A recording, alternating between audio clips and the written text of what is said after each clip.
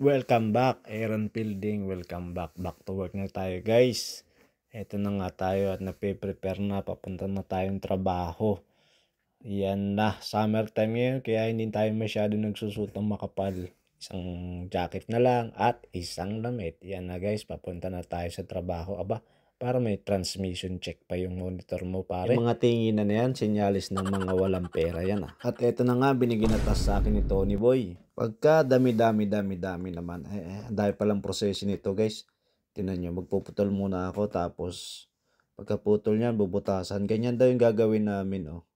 Pagka dami naman, Diyos ko po. O ano na naman yung binablog-vlog mo dyan, tama-tama na yan, ha? Kaya umuwi na kung ano na naman pinagkukwento mo.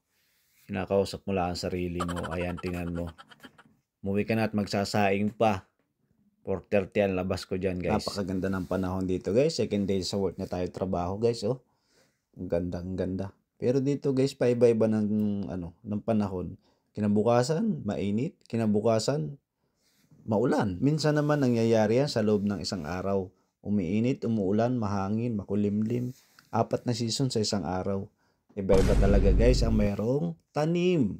Kapag may tanim, may aanihin, di ba nga? Oh, kitang-kita naman. Oh, ang magandang season ng pagtatanim dito, bago dumating ang summer, dapat nakatanim ka na. Para pagdating ng tag-init dito, maganda na ang singkad ng iyong halaman. Pero pag na-late ka na, ay sorry, bye-bye. Meron pa nga pala dito kaming mga buto na napanghingi. Sayang hindi ko agad nasabi kay Atenis. Shoutout pala kay Maui at Atenis. Tingnan mo naman talagang iba ang mga mangyan, masisipag sa pagtatanim, guys. Iba-iba, ha? Grabe, oh. Back to work na tayo, guys. Ito na naman, nagbabaluktot naman tayo ngayon. Bukod sa nagbutas na, pagbabaluktot naman ngayon. Aba, at may umorder pa nga ditong customer, 3 tank. Kaya ito, nag-segue muna tayo. Order yan kahapon. So, kanina, ginawa namin ni Boss Tony. So, ako nagsalang, siya nagpreparasyon. So, sabi nga ni Tony, nalalaman mo pa? Naaalala mo pa yung paggagawa niyan? Sabi ko, oo naman, memorize ko yan. Ako pa. Yun lang, guys, napaltukan ako dito. Grabe. Hindi ko pala nasisilip yung ilalim.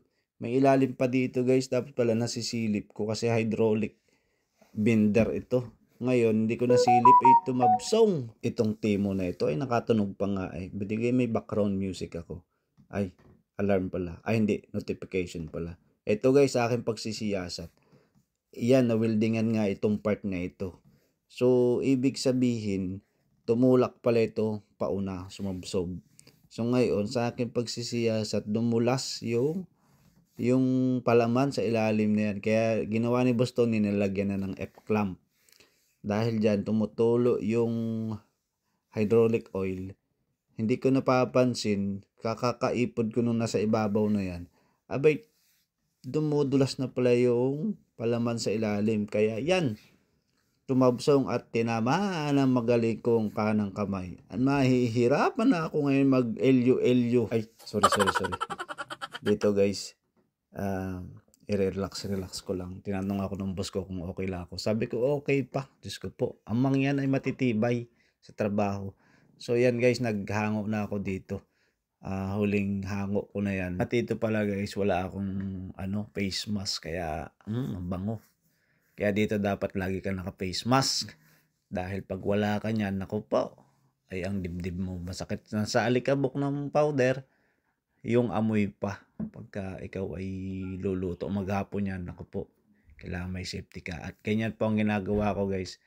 Kahit medyo masakit ang kanang kamay ko dyan, ay pinipilit ko dahil, aba, ay pag nagdrama-drama ay nakakahiya naman. Yun, ganyan lang, diskarte. Totoo lang, guys, dito konting sakit lang o konting ka lang dito sa pag may nangyari sa iyo.